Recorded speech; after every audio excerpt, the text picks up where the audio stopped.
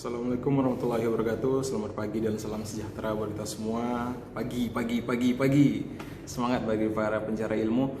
Mudah-mudahan pagi yang cerah ini memberikan kita keteguhan hati untuk terus belajar. Insya Allah, amin. Baik, khusus bagi pertemuan kali ini kita akan masuk ke dalam sub materi dalam mata bidang ilmu ya, hukum acara perdata dalam sub materi perihal putusan hakim. Perihal putusan hakim ini menarik, sama seperti yang sebelumnya kita sudah ada sih sedikit-sedikit pengantar mengenai putusan hakim. Next, hari ini kita akan coba lebih mendalam juga apa yang menjadi struktur daripada putusan. Baik, di sini kita mulai dari putusan hakim ya. Terkait dengan putusan hakim itu sendiri, sejatinya di dalam HIR maupun RBG ataupun RV yang kita gunakan sebagai landasan hukum acara di peradilan hari ini, itu sebenarnya memberikan gambaran secara sederhana ya, bahwa putusan pengadilan itu atau putusan hakim itu ada dua ya, seperti saya jelaskan sebelumnya. Itu ada putusan sela dan putusan akhir. Putusan sela kita lihat kemarin ada beberapa jenis. Ada yang kemudian prepatoir, ada yang insidental, dan ada provisional. Namun pembeda terhadap ketiganya ini tidak penting kita ketahui, karena memang sejatinya putusan sela ini tidak dicantumkan dalam suatu nokta putusan istimewa dipisahkan seperti putusan akhir gitu ya. Karena putusan sela ini hadirnya sebenarnya langsung di setiap saat persidangan. Contoh, majelis hakim menentukan jadwal sidang itu minggu depan. Itu merupakan putusan sela yang wajib diikuti oleh para pihak ya dalam persidangan, penggugat maupun tergugat. Itu merupakan putusan prepatoir kan gitu. Lalu menerima seorang kuasa insidentil dari salah satu pihak yang tidak bisa hadir diwakili oleh keluarganya. Hal itu boleh nggak? Boleh, dan itu kekuasaan daripada majelis. Kalau ia menerima ya silahkan, bisa gitu. Tadi tuh insidentil kan gitu ya, sewaktu-waktu, dan biasanya tentatif, tergantung kondisi tertentu yang terjadi di persidangan. Oke. Selanjutnya itu ada yang tadi profesional. Profesional itu apa? Biasanya yang terkait dengan profesional ini ya, putusan sela yang diambil itu berdasarkan kebutuhan atau kepentingan daripada para pihak, agar ada jaminan terhadap para pihak bahwa pelaksanaan putusan nantinya, putusan akhir itu bisa dilaksanakan saat kemudian kita berikan putusan sela ini. Itu dia. Contohnya yang berkaitan dengan objek gugatan, misal perihal tanah atau hutang piutang, aset yang berharga, itu bisa dimohonkan sebagai sita jaminan. Seperti yang kita kaji pertemuan sebelumnya itu mengenai sita jaminan atau beslak gitu ya. Maka dilihat bagaimana faedah atau kemanfaatan bagi para pihak nantinya. Maka putusan sebanyak itu sebenarnya dilakukan secara acara sederhana atau secara hukum acara singkat, dan itu memang tidak harus dengan konsep yang baku tadi putusannya gitu ya, tapi putusannya merupakan bagian daripada berita acara. Dia nanti dimuat di dalam berita acara bahwa A, B, C, D itu ditentukan seperti itu gitu ya. Putusan hakim ini kan sejatinya belum tentu semuanya diterima oleh majelis hakim gitu ya. Bisa ada yang diterima, dikabulkan gitu ya, gugatan dikabulkan seluruhnya atau tidak mungkin seluruhnya, maka bisa dibuat gugat dikabulkan untuk sebagian. Maka sebagian lagi gimana Pak? Maka sebagian lagi itu bisa majelis sampaikan gugatan selebihnya harus ditolak gitu. Atau dalam hal-hal tertentu dinyatakan tidak dapat diterima gitu. Kalau ditolak kan fatal sekali berarti kan gitu, alat bukti dan segala macamnya. Sedangkan tidak dapat diterima bisa jadi ada alat bukti dan segala macamnya namun tidak dapat diterima, mungkin tidak otentik, tidak diakui gitu ya keberadaan alat bukti tersebut, hingga kemudian tidak dapat diterima gitu ya. So kita kali ini coba masuk ke dalam materi tentang isi minimum dari dan sistematika surat putusan. Hal ini sebenarnya diatur di dalam pasal 178, 182, 283, 184 dan 185 HIR. Banyak sekali gitu ya. Ya, tentunya hal ini sebenarnya berbicara masalah satu, kewenangan hakim dalam memutus, yang kedua nanti konten-konten urutan isinya daripada putusan tersebut. Yang kita kaji pertama, pasal 178 HIR. Ini berkaitan tentang kewajiban bagi hakim, gitu ya. Hakim itu wajib yang pertama dalam waktu musyawarah karena jabatannya harus mencakup alasan-alasan hukum yang mungkin tidak dikemukakan oleh kedua belah pihak, ya. Tentu di sini kan kedua belah pihak bisa jadi hanya menyampaikan secara fakta-fakta sosial maupun fakta-fakta hukum. Namun dasar hukumnya tidak mengerti. Misal masalah perikatan, masalah wan prestasi, kan mungkin dia belum begitu mendetil ya menyampaikan. Maka hakim di sini dalam waktu bermusyawarah itu dapat menggunakan istilah-istilah itu gunanya untuk apa? Untuk memperkuat argumen bahwa putusan diambil oleh hakim ini dasar hukumnya. Itu dia. Atau perbuatan hakim selanjutnya dalam pengambilan keputusan ini dasar hukumnya. Agar lebih meyakinkan dalam aspek hukum. Karena kita dalam konsep negara hukum penting ya bagi kita memahami hukum itu sebagai panglimanya daripada permasalahan yang ada. Walaupun hakim boleh nggak melakukan penemuan hukum bersandarkan kepada satu sumber hukum seperti hukum Islam, hukum adat, gitu ya. Boleh nggak? Boleh saja.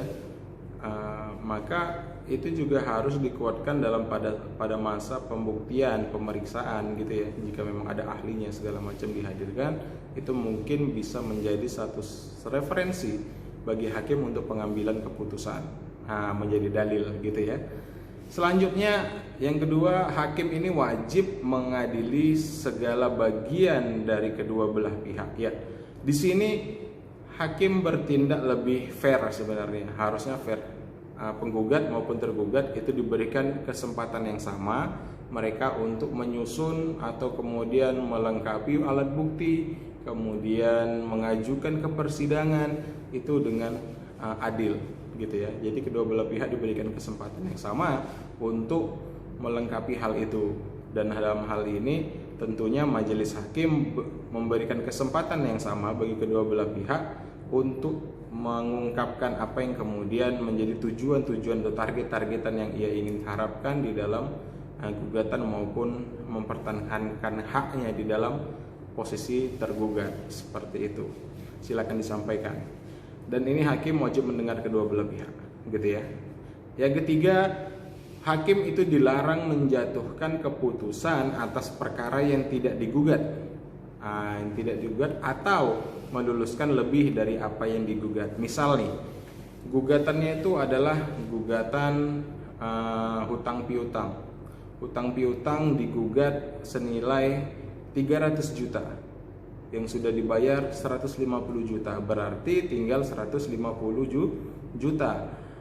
Lalu kemudian di sini karena tergugat tidak mempunyai uang, lalu ia hanya punya aset, gitu ya. Hanya punya aset senilai rumah senilai 250 juta. Lalu boleh nggak kemudian tanpa dimintakan oleh penggugat aset tersebut untuk melunasi hutang piutang, apakah boleh hakim mengambil inisiatif untuk aset tersebut dijadikan hutang piutang, dijadikan alat pembayaran hutang piutang? Tentu tidak dibenarkan, kan gitu ya, kecuali dimohonkan.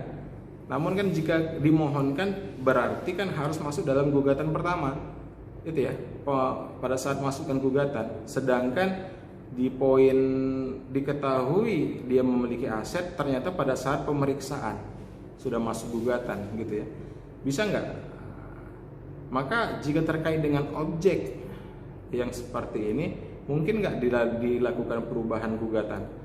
Perubahan terhadap gugatan itu ada beberapa konsep ya. nanti coba akan kita kaji dalam beberapa pertemuan yang akan datang. Namun secara sederhana, boleh nggak? Sebenarnya boleh saja, namun itu harus melalui persetujuan tergugat. Ini dia masalahnya kan gitu. Tentu tergugat tidak setuju. Jika sudah tidak setuju, maka hakim hanya memutus sampai di masalah hutang piutangnya. Masalah aset tersebut mungkin tidak dapat diputuskan oleh majelis hakim, seperti itu ya. Kemudian dalam pasal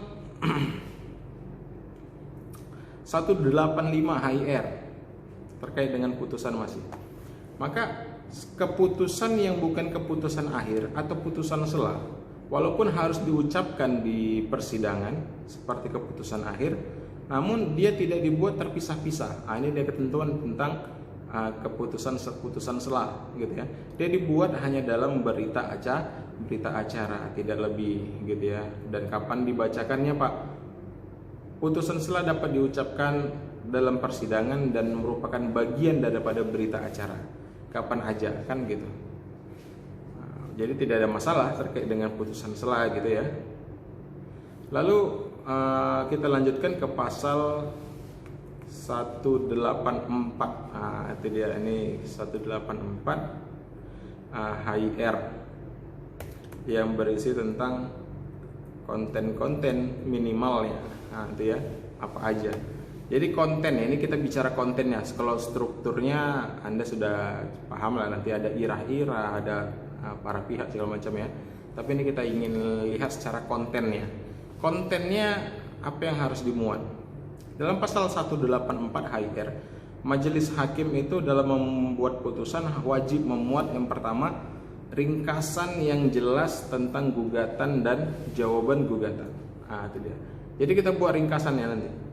Bagaimana gugatannya, struktur gugatan, kemudian bagaimana dalam gugatan tersebut ada positanya, bagaimana ringkasan positanya, kemudian jawaban terhadap gugatan, bagaimana jawaban atas posita gitu ya, itu dibuat.